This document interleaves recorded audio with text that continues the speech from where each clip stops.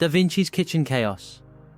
Asked to design the kitchen for a great banquet, Leonardo da Vinci, 1452–1519, set about a master plan. What was meant to be a kitchen that ran like clockwork actually turned out to be a complete mess. The great ox, whose job it was to walk around in circles and drive the pumps that pushed water around the room, was not a tidy solution. Originally, this used to take 10 men with buckets to make sure that the kitchen had enough water, and instead it took 15 men to clean up after the ox. The kitchen furnace worked so well that it became too hot and fires broke out throughout the room. It wasn't long before the kitchen was in chaos. This was to have been one of Da Vinci's finest moments, and yet the project went far from well, but he learnt a lot from this fiasco. He was known by many as a renowned painter, but he was also a sculptor, architect, musician, mathematician, engineer, and inventor. He was driven by an unquenchable curiosity, but he was human, and Da Vinci made many outrageous mistakes. These were sometimes referred to as minor errors of a major genius, and importantly, he learnt from those mistakes. What wonderfully outrageous mistakes have you made lately? Have you ever listened to the jazz music of the famous Charlie Parker, 1920–1955, known as Bird? He was a highly influential jazz soloist and a leading figure in the development of bebop jazz, characterized by fast tempos, virtuosic technique, and improvisation. Although often said to be unsurpassed, when he played the saxophone, it was like a roller coaster of thrills, because at any moment he could slip and the wild ride would be over. Check it out now. If you think you may not like bebop, jazz, do take a listen, strap yourself in and go along for the ride. Have you ever heard his music track called Breath? As spellbinding as Charlie could be, some of his outtakes were not just bad, they were downright outrageously bad. Have you detected yet that there's a theme starting to emerge here? We all make mistakes.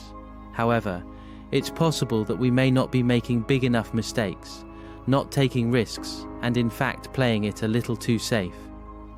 Playing it safe and the deep rot of life. Willing to attempt the impossible, both Da Vinci and Charlie Parker knew that mistakes were worth making, and that if you are going to make a blunder, make sure it's a good one.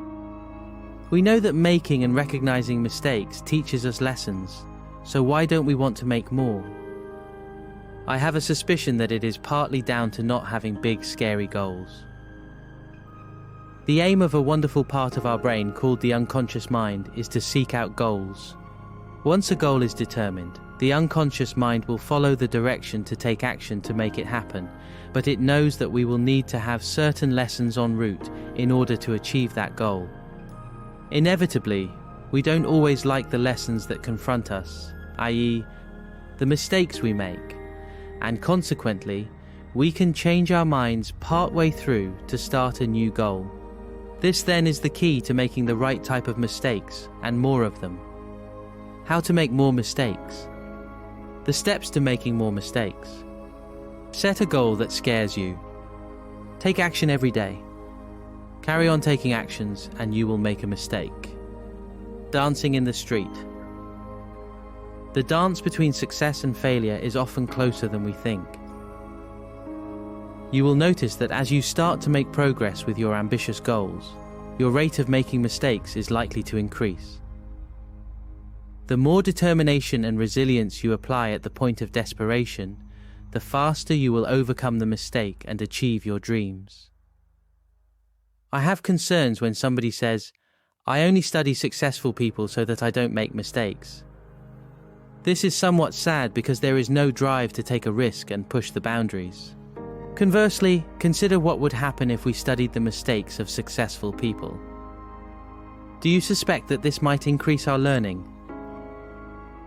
Da Vinci learnt much from the chaos of the kitchen, as he went on to create inventions that were the prototypes of many machines used in subsequent years and ranged from parachutes to tanks. Although a central figure in the development of bebop jazz in the 1940s, the legendary Charlie Parker continues to this day to be one of the most influential improvising soloists in jazz. Both took risks, both learnt from mistakes, and both were highly successful. Steve Jobs may have been the apple of your eye, but he wasn't immune to making mistakes too. He was also a highly driven risk-taker who was always learning from those mistakes. He once pronounced, "I want to put a ding in the universe." So what do you think?